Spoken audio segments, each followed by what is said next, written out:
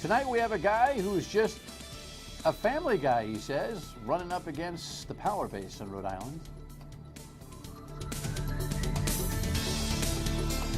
You know, from time to time, we're going to dig into some of the races that are not just gubernatorial and that kind of level. The Senate president, by the way, is a pretty powerful person in this state of Rhode Island, Teresa Paiva-Weed, and she does have a candidate, and you're going to meet him tonight.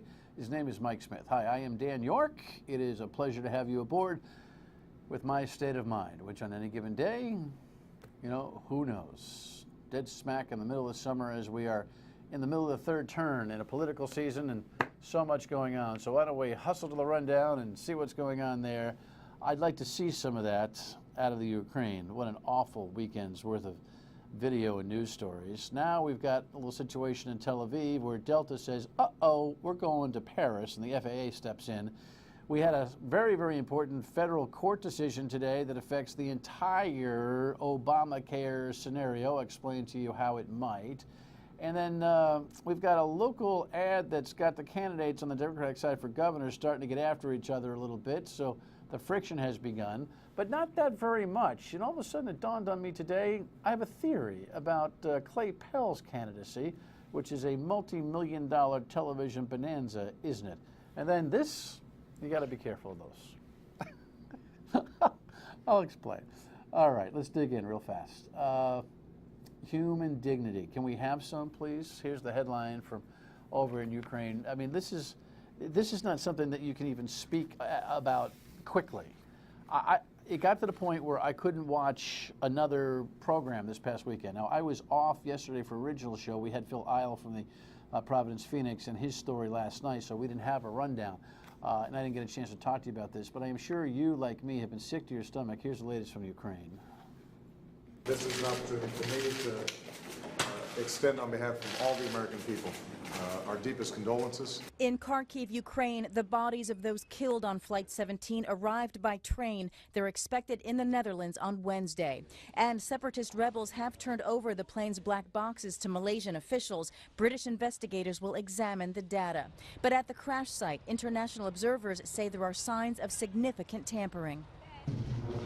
Russian President Vladimir Putin met with his Security Council this morning and says he will use his influence to ensure a full and proper investigation. Does anybody believe that? I don't. And the way these victims have been treated lying in the fields, and who's to say that 4 years from now someone's not going to step on somebody in one of those fields because the kind of diligence that was done early on was so wantingly unacceptable. All I did was pray this weekend for those poor families that had to deal with the reports as reporters are standing, you know, in a place where folks have fallen from the sky. It's almost too much to bear. These people got to pay a price for this when we figure out exactly what happened. I think we know what happened. Next item, when it comes to international discussions here, yeah, this happened this afternoon. The FAA started to cancel flights, the headline from Time.com, and of course the latest in Israel, where now we've lost plenty of Israelis, too, in this terrible conflict in Gaza. Dozens of journalists and residents of a Gaza City high-rise evacuated after Israeli troops reportedly fired bullets into the building.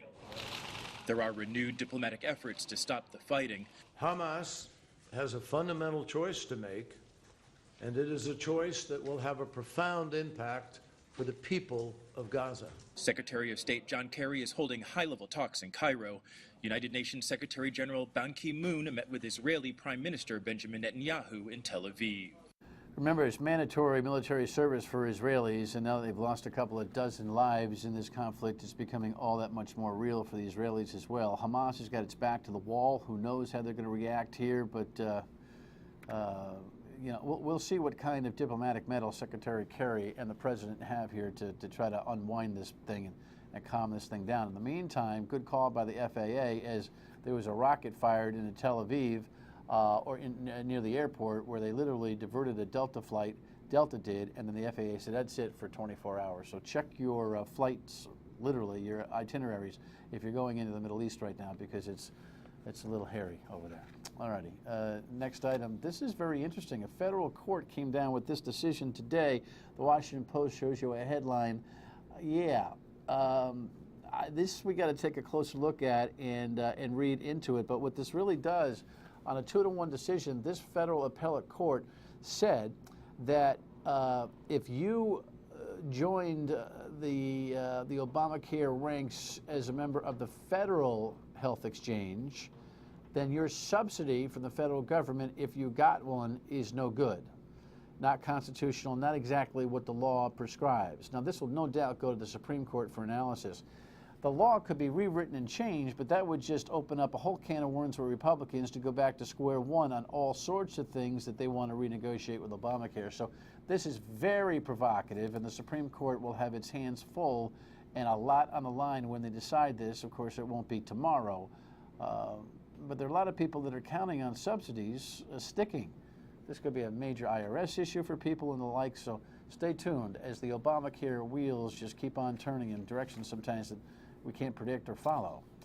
Next item coming here locally. Hey, Angel, he's a good guy, but so this, I love this ad, regular guy ad on the iron worker situation. You see, this is Gina's ad. Look at this one. I've been an iron worker for 30 years. I helped build just about every building you see here. Then Mayor Taveras got elected. He jacked up commercial property tax rates, and that drives away jobs. No wonder Rhode Island has the highest unemployment rate in the country. And Providence is worse. I've hardly worked in 3 years. Angel's not a bad guy, but he's more of the same. Gina's saving worker pensions. She's got guts. That's what we need to create jobs, too. I don't know how many days of the week Gina wears jeans. I'm sure she does, but it's great creative, isn't it? But I like the Angel's all upset. Here's the headline. He's hitting back, and here's what his spokesperson said. Perhaps the treasurer has forgotten the financial meltdown that occurred in 2008, brought to us by her friends on Wall Street. So okay, take that. It's just the beginning on the Democratic side. But Angel, you know what? The guy said you were a good guy. You know what? I think that's what people are going to take from the whole thing. Hey, he's a good guy. It's a negative ad where they call you a good guy.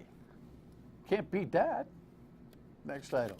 Clay Pell, the third candidate in this Democratic run. I got a theory.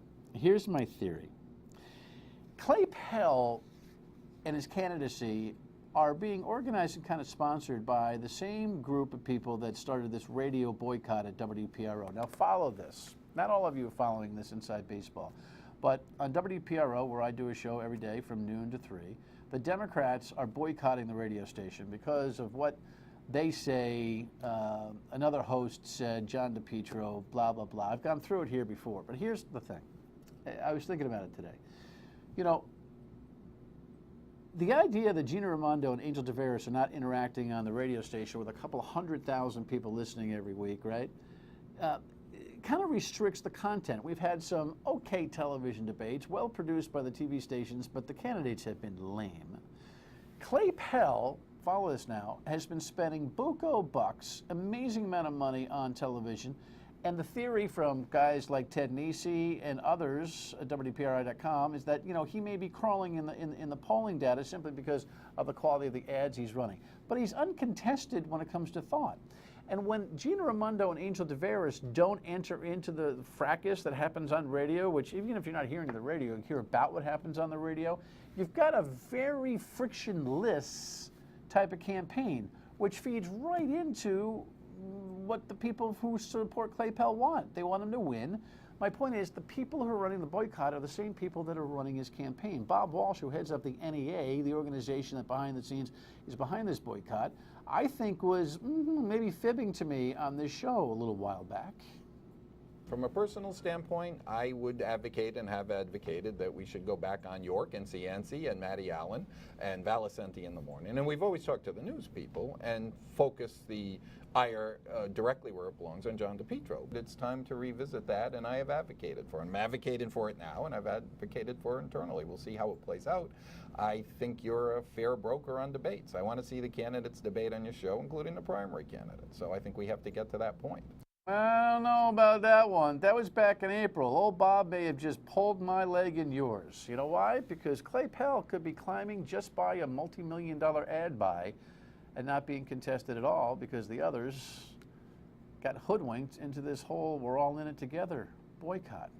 More on that as the season wears on. And finally, yeah, I got one today from a very high-ranking, you don't know what that is? What did we say, Jess? Was the other term for this? The pocket dial. This would be involuntary iPhone, Android, cell phone communication. You know, when you don't know that you're calling somebody and they're going, hello, hello, hello, hello. I got one from a very high Rhode Island official today. I spent 45 seconds, yelled in 3 times, hello, hello, hello. Didn't hear me, and so I hung up. I went on the radio, told the story today. Didn't tell you who it was, and I won't tell you who it was. You won't believe the terrible ethics of people listening to your butt calls. Be careful with your phone. If you're in a very confidential place, secure your phone, else the rest of the world may very well know things you don't want them to know. Be careful. Technology is not always good for you. When we come back, Mike Smith running against Teresa Pavlovic. Stay with us.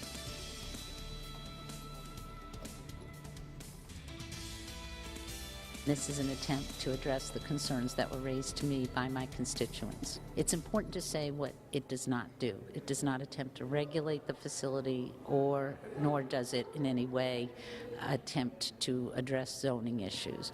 It simply addresses the location of the existing facility. So this is just some of the thought pattern and process from Senate President Teresa Pavlovic on casino matters and others. You know, they had a re-vote in the Senate the other day because they didn't get it right, and you know, whatever, parliamentary procedure. Here's the headline that causes us to bring our guest in. Mike Smith announces he's running for that seat held by Senate President Teresa Pavlovic. Welcome, man. Nice to have you. Thank you for having me. Thanks Great for coming. to be here. Self-employed guy. You tout yourself as just a regular family guy running for office for what? The first time? Yes, sir. Yep. Okay. Yep. Well, don't call me sir. Yeah, I'm sorry. Don't start with that. No, great. You want to go from the inside out or the outside in? Tell everybody about yourself for 30, 40 seconds, and then we'll talk about what she was discussing. And we had a previous conversation on the radio that I thought was provocative about the casino at all. So, Okay. Well, quick resume. Well, Dan, thank you for having me. The reason I'm here is I just couldn't sit back. I'm a father. I'm a business owner in Newport. I'm a Newport resident. I love my town. I love Newport Jamestown. It's a great place to live. It really is. And I love Rhode Island. I grew up in Rhode Island, and I went away for years in the South, and I always thought about coming back to Rhode Island. And right now, Rhode Island, we are the 50th worst state in the country to do business in. And the result of that is that we are the #1 unemployment in the country.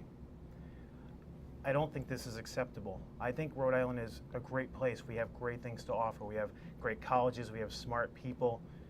We have the technology to do it, just like the $6 million man. We just are not able to get off this Right, everybody table. agrees about that. It's Right. like one of these things where everybody, right. So what to do, and what is Senate President Teresa Pavlovic got to do with it? That's the question.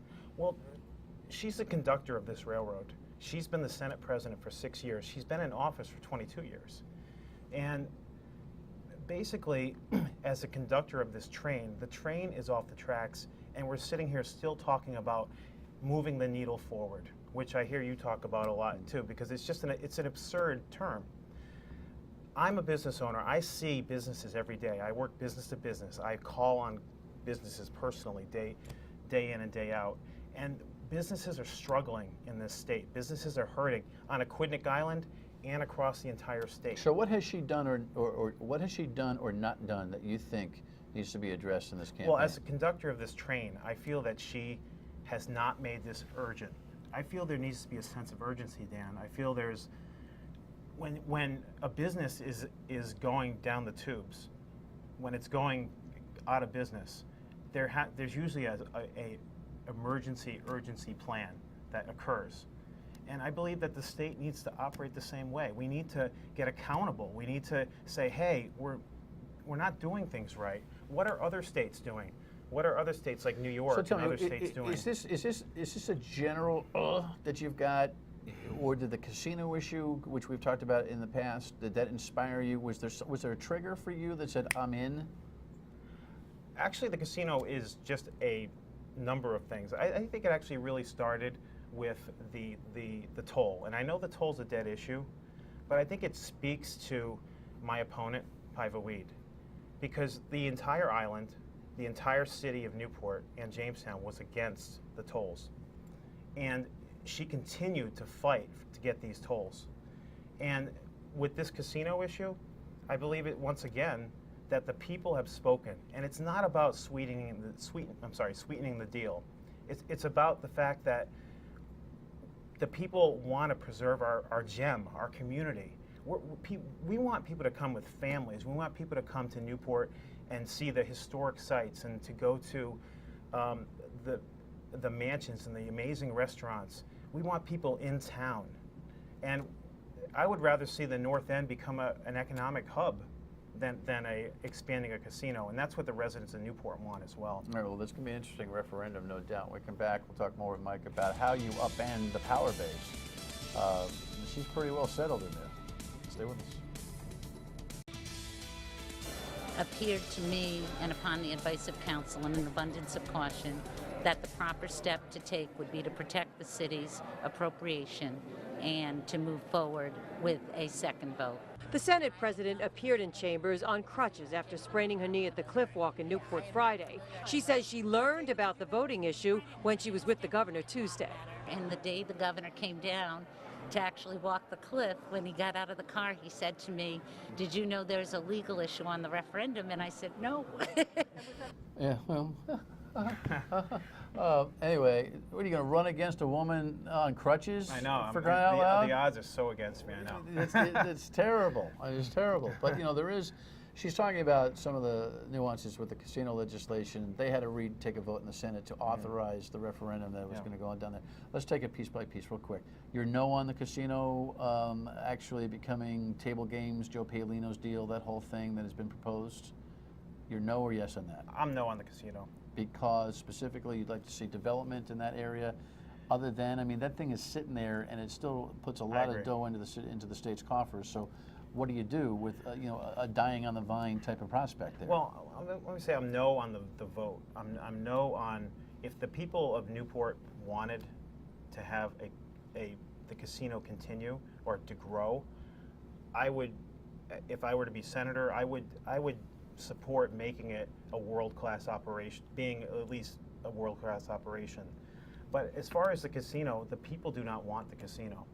I know this. I talk to people on the right and the left every day, and people do not want this casino. So they want to see the Newport Grand slot operation, VLT operation as it exists, just die on the vine eventually and then be shut down. I mean, I guess that's an alternative. I just need to know what the answer is. Is that what people want in your mind? I think that people want, I really think that they don't want it there, but it's there, and it's as bad as it is. They'll live with it as long as they can, but they don't want to see it. They don't want to reinvest in it. They don't want to reinvest. Okay, so tell me, what's a guy that's new in the business of politics do to upend the Senate president? Do you think that you've got the ground game? You're raising money. What are you doing? You're running as a Republican, by the way? I am. Okay, so you're a general election candidate. As far as the money, we are seeing support coming in from all types of people, and we're seeing people wanting to volunteer that come from all ends of the spectrum, which is exciting. As far as my opponent, Senator Paiva Weed, I really see her, I know she's a Senate president, but I really see her, she's the representative of the people of Newport, Jamestown, first and foremost. Right. So first and foremost, the people in Newport, Jamestown, they're not concerned. They think it's great she's Senate president, but I think they're more concerned, is she representing what the people in Newport and Jamestown want and what's going to make us a diverse year-round economy. Are you ready for the union battle that you're going to get? Because she is heavily supported by labor, I'm just going to do the right thing. I'm going to run my campaign, and I'm going to run on the values of business and growth, which will help union families, and it's going to help families no matter whether they're Democrat or Republican. That's what I'm going to run on. All right, so for the people in your district and throughout the state, they're going, what's a sharp-looking guy, good-looking guy, who knows, bada bing, I don't know. What do you want to leave them with in terms of a first-time candidate for them to remember you by? I'm not a politician. Yes, you are. well- Now you are. Stop that. Okay, I mean, well, once you are in, you are in. Okay, I'm in. It's not a dirty word. But my main thing is that small business is the thing that employs people the most throughout this entire country and in our state. We need to celebrate business. We need to say, thank you, business owner, for taking the guts to start a business. And I think that we need to take away this $500 LLC fee. We need to take away these burdens on businesses. This is why businesses say, Rhode Island, no, it's too hard to do business. It takes 8 to 10 months just to break ground because of regulations. And so the bottom line is, I'm more concerned about business and small business and growth. This is what brings money into our communities. People get jobs, tax incentives. They get taxes, they buy homes, they plant roots in our community. Got it. Well, if the Senate President takes up the invite, you'll come talk with her here, won't you? Absolutely. That'd be fun. Yes, sir. Mike, good luck. Thank you. Mike Smith running against Senate President Teresa Paiva Weed. Your State of Mind next. How you get in touch. Call us or email us or Facebook post or tweet. Here's a good voicemail. I just was very impressed with him, and I like his idea of getting tax dollars from Brown, who's been having it easy all these years, and living off the people of Rhode Island, because we are in the hole and they are, got billions in their treasury, and they should pay their fair share. Yeah, Chris Young wants $100 million from Brown. So does she, but she lives in Warwick. She can't even vote for him. We'll see you tomorrow night and at noon tomorrow on WPRO. Good night.